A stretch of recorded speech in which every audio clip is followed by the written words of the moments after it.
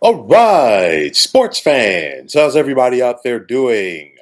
William Martin coming at you one more time here on YouTube with another edition of the 300 Pounds of Sports Knowledge Podcast. It is indeed that time of the week, folks. My key games in the world of college football. And this is a big weekend. It's a game that I want to talk about on tomorrow night. I'll get to that in a moment. But overall, separation time in college football, most notably separation time in the Pac 12. You look around the nation as a whole, and right now we are talking about six games on the docket this weekend between ranked teams, with the bulk of those games coming out of the Pac 12. The SEC is involved, as is the Big Ten and ACC. And we've also got a matchup between an independent and a Big Ten school. Like I said, with the title of this, it's a battle of the blue bloods. But with that said, I want to get down to it with my key games for this upcoming weekend. Now, tomorrow night, it's the Mountain West opener for both Boise State and San Diego State. Both of these teams have what it takes to win the Mountain West. Of course, this year, like a lot of other conferences, the Mountain West has gone away from the divisional format, and it's just every man for himself, if you will, trying to get to the conference championship game and ultimately winning the conference championship game. So Boise's going to be on the road. They're a 6.5 point favorite over San Diego State. And for Boise to go on the road and get the win tomorrow night, they're going to need more consistency from their quarterback, Taylor Green, first and foremost. We know what he can do as an athlete, but he's got to be more consistent in that pocket. I expect the Broncos to get their running game going with Taylor Green as well as running back Ashton Genty. And if they can, I think that's going to set up some play actions for the likes of wide receiver Eric McAllister. Now, for the Aztecs, they have a phenomenal running back of their own in Jalen Armstead. And then tight end Mark Redmond is somebody to keep an eye out for in this San Diego State offense. Safety Cedarius Barfield already has 3 picks this season for the Aztecs. Will he be able to be a factor tomorrow night? We got to wait and see. Typically, when you get Boise State and San Diego State together, you tend to have a good game. And I think we're in store for one tomorrow night. And I'm going to take Boise on the road by the score of 30-24. Now, moving ahead to Saturday, a big battle in the ACC as you got the number 4 Florida State Seminoles traveling to Death Valley to take on the Clemson Tigers. This is indeed showdown time in the ACC. The ACC recently has done away with the divisional format. And of course, for so many years, Florida State and Clemson were in the same division. And this contest would go a very long way in determining who would get to the ACC championship game. Now, for the Noles, they won their conference opener on the road last week. They had to sweat it out against Boston College. And like I talked about when I talked about that game the other day, it makes you wonder, did Florida State look past BC with an eye on Clemson? Make no mistake about it, Jordan Travis is one of the better quarterbacks in the ACC. He showed his toughness last week against Boston College, and he's going to have to be on point against this very good Clemson D. For me, I want to see if Florida State can get their running game going. It's supposed to rain on Saturday in Clemson, so let's see if they can get that running game and Trey Benson going. How effective would Johnny Wilson and Keon Coleman at wide receiver be in the rain? We've got to wait and see. And then this Seminoles defense. In the second half, they had their issues with Boston College's offense last Saturday. Will they be up for the challenge of trying to slow down Clemson? We've got to wait and see. But make no mistake about it, if the Noles are going to go on the road and get the dub, defensive end Jared Verse as well as linebacker Kalen DeLoach will have a say in it. Now, for Clemson, it's all about the offense. And it's like when it's on. And when it's not. And for the Tigers, they're looking to avoid beginning the year 0-2 in the ACC. Remember, Clemson lost the Labor Day weekend on the road to Duke, and they're really staring at 0-2 right now if they fall short to the Noles at home. Now, for running backs, Will Shipley and Phil Maffa, I think they're going to have a big part uh, in this contest to try to control things for this Clemson offense and make things easier for quarterback Cade Klubnik. We know what the Tigers can do defensively, especially at linebacker with the likes of Jeremiah Trotter Jr. and Barrett Carter. And I think that duo is definitely going to be active in this game.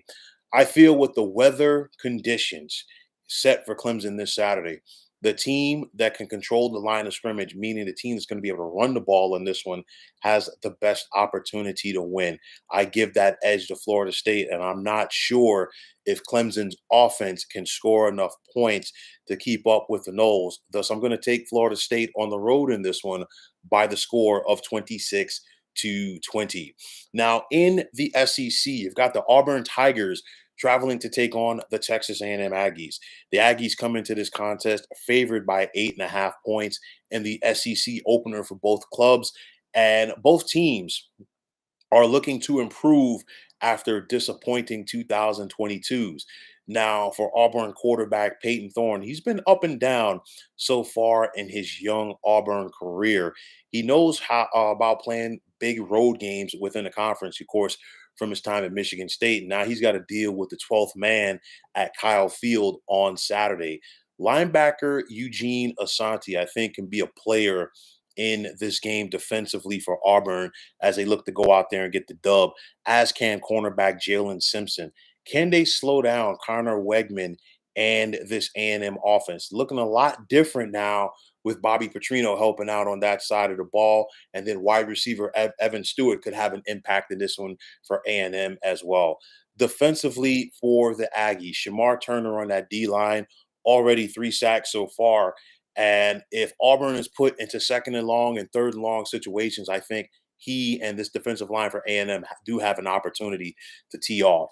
Like I said, the Aggies come into this contest favored by 8.5. I think they cover, and I'm going to take Texas A&M at home by the score of 34-23.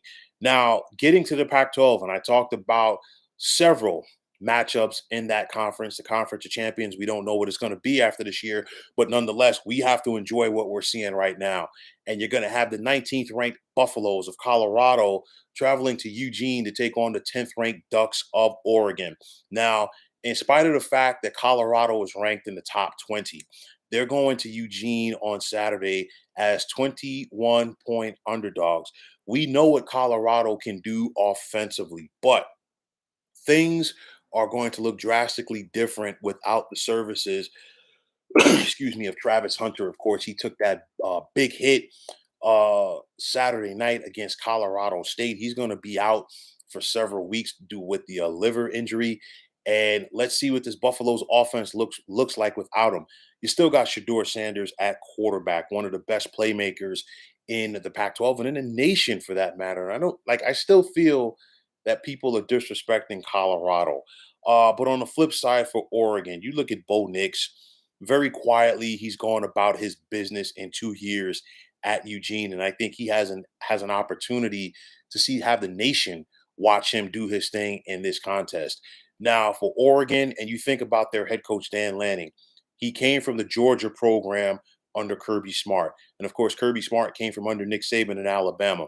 It's one of those about running the football with multiple backs, and the Ducks definitely have that with Bucky Irving, Noah Whittington, and Jordan James. And if this Colorado defensive line cannot get that penetration to slow them down, they could be in for a long afternoon. Colorado can score in bunches, but I think it's going to be imperative for Oregon's offense to really dictate things, slow this game down, and make Colorado have to come from behind on the road against in a very hostile environment at Eugene. For me, Colorado has been one of the better feel-good stories of this young college football season. They're still going to do some big things here in 2023. Nonetheless, I think the Ducks are going to be too much for them on the road. Thus, I'm going to take Oregon by the score of 38-20. Now, sticking in the Pacific 12, you're going to have the 22nd ranked Bruins out of UCLA traveling to Rice Eccles in Salt Lake City to take on the 11th ranked Utes out of Utah. Utah comes into this game favored by 6 points, and that number has increased throughout the week due to the fact that we might be seeing Cam Rising make his season debut at quarterback. And of course, you think about the Utes and what they've meant to the Pac 12 over the last couple of years. They are the two-time defending Pac 12 champions. And a lot of that is due to the playmaking ability of Cam Rising, one of the better dual threat quarterbacks in the nation. Had that ACL injury in the Rose Bowl versus Penn State. So we got to wait and see how he looks should he play come Saturday afternoon. You got Jaquindon Jackson and running back. You got Money Parks as an athlete, in that Utah offense. And they're going up against a very stout UCLA defense. I don't think that a lot of people are giving UCLA credit for what they can do defensively. Number one, it's the Bruins. Number two, we're talking about a UCLA team that's coached by Chip Kelly. And when you think about Chip Kelly, you usually don't think defense, but the Bruins have been playing some good defense so far this year. You look at Latu on that defensive line, 4 sacks already. And like I said, this Bruins defense has been very, very stingy. They're running the ball effectively as well with Carson Steele and TJ Harden, and then the youngster at quarterback, Dante Moore. I think, what, he can have an impact in this game for the Bruins. A lot of people are leaning towards Utah. I'm going UCLA. UCLA beat Utah last year at the Rose Bowl. I think they do it 2 years in a row. And I'm going to take the Bruins on the road in this contest by the score of 31-27. Now, switching gears to the SEC, you're going to have the 15th ranked Rebels out of Ole Miss traveling to Tuscaloosa to take on the 13th ranked Crimson Tide out of Alabama. And of course, the Tide come into this contest favored by 6.5 at home. The tenor has changed around this team in the last couple of weeks. We saw them in their last home game lose to Texas. They struggled mightily on offense in the 17-3 win on the road this past Saturday at South Florida. Of course, Nick Saban has gone back and forth with quarterbacks, benched Jalen Milroe after the Texas game in favor of Tyler Buchner. Now he's back on the Jalen Milroe bandwagon. And I'll tell you like this, I think that young man is going to rise to the occasion. More importantly, I think this team is going to rise to the occasion because at the end of the day, of the three quarterbacks that we've seen so far for Alabama on this young season, I feel that Jalen Milroe gives them the best chance to win. However, with that said, he's got to go out there and make plays. He can do it with his legs to set up things with his arms. He's obviously not Bryce Young at quarterback, but he's still an athlete. And then Alabama overall can run the football. Defensively, we know what the Tide can do with the likes of Dallas Turner and Deontay Lawson on that side of the ball. But at the end of the day, can they slow down Ole Miss running back Quinshon Judkins? We saw what Judkins did last year as a true freshman. We know what he can still do. And if he can get that run game going, it's going to set things up for Jackson Dart and this passing game. Nonetheless, I think this is going to be a solid back and forth game, but Alabama is going to dig down deep and get the 27-23 win at home. Now, going back to the Pac-12, another battle of ranked teams. You're going to have the sentimental teams, if you will, in the Pac-12 this year because they're trying to carry the Pac-12 banner. And I'm talking about the 14th ranked Beavers out of Oregon State traveling to Pullman to take on the 21st ranked Washington State Cougars. Now, Oregon State comes into this contest favored by 3 points. They've got a very stout defense, which includes the likes of linebacker Easton Mascarenas Arnold. But then you look at this offense with DJU at quarterback and, of course, running back Damian Martinez. Now, speaking of that Oregon State defense, can they slow down Wazoo quarterback Cam Ward and wide receiver Lincoln Victor? We've got to wait and see. Nonetheless, I think Oregon State is a sleeper to win the Pac-12 this year. Because of that, I'm going to take the Beavers on the road in this one by the score of 31-23.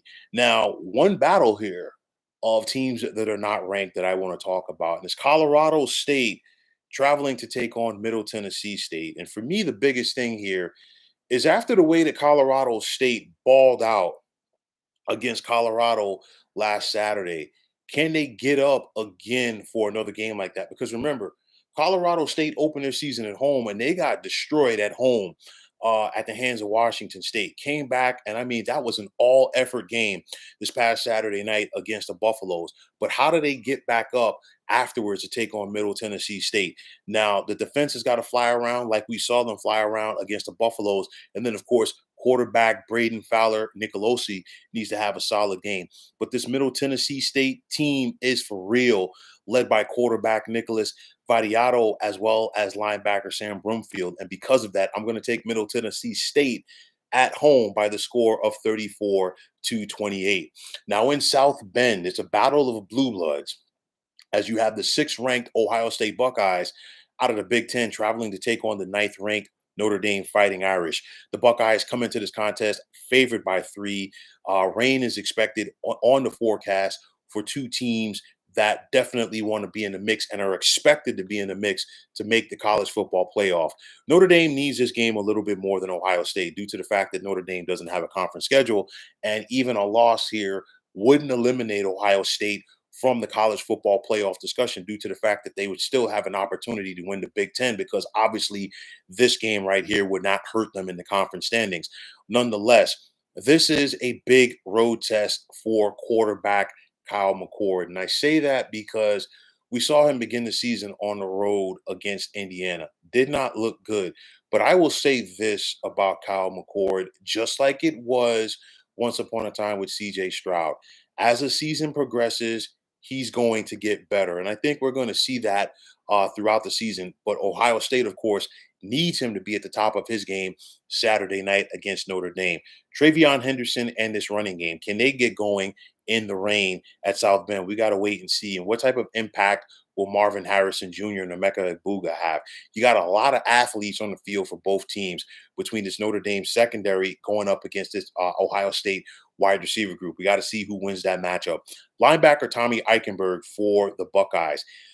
Excuse me. He's going to be very important trying to slow down this run game for the Irish with running back Ardrick Estime. Now, Sam Hartman at quarterback for Notre Dame has been lights out ever since he transferred from Wake Forest.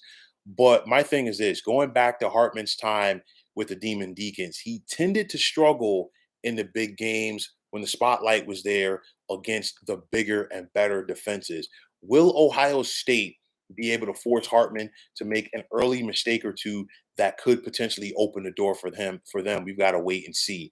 Nonetheless, I think you're going to see a good game come Saturday night between two teams that have their eyes on the playoff. But when it's all said and done, I'm going to take Ohio State on the road by the score of 27-23. And finally, in the Big Ten, you've got the 24th ranked Hawkeyes out of Iowa traveling to Happy Valley to take on the 7th ranked Penn State Nittany Lions. Penn State comes into this contest favored by 15 points at home. Rain is on the forecast once again for this matchup. And of course, Penn State's in the top 10. A lot of people aren't talking about them. But so far, James Franklin's Nittany Lions team, all they've been doing is going out there and taking care of their business. I look at this Penn State defense, they fly around the football and they force turnovers. They know what McNamara can and cannot do, the Iowa quarterback, because they faced him from his time at Michigan. Now, this Iowa Hawkeyes offense is going to be up against it, if you will, known Luke Lachey at tight end for the rest of the season. And that was the security blanket, if you will, for McNamara in this offense. Now, this Iowa defense is still stout, led by linebacker Jay Higgins. Can they slow down this running game for the Penn State offense with Katron Allen and Nicholas Singleton? And if Penn State gets the running game going, you're going to see more play action from Drew Aller to the likes of Keandre Lambert-Smith. But at the end of the day, Penn State is a better team. They have the better offense. They have the better defense. They are better in all three phases of the game. No disrespect to Iowa. And I'm not sure if the Hawkeyes have enough offense to keep up with Penn State. Thus, I'm going to take the Nittany Lions at home by the score of 30-17. So, folks, those are my key games for what should be an action-packed weekend in the world of college football. And as always, I want to take this time out to thank all of you for tuning into the 300 Pounds of Sports Knowledge podcast here on YouTube. Now, I want to take this time out to thank all of you fine folks out there for tuning in. And if you have not already, please feel free to subscribe to this channel. Now, if you are on the X, formerly known as Twitter, please feel free to follow me at 300 pounds of sports. And like I always say, if you follow me, it'll be my pleasure to follow you right back. There's also the sports discussion group on Facebook at the Sports Depot 365. Now you can check it out, drop a line, and be a part of one of the better sports debating sites going on social media. So once again, fine folks, my name is William Martin, and I am signing off, saying take care. Thanks again for tuning into the 300 Pounds of Sports Knowledge podcast here on YouTube, and enjoy all of that college football action this weekend. Be well, everybody.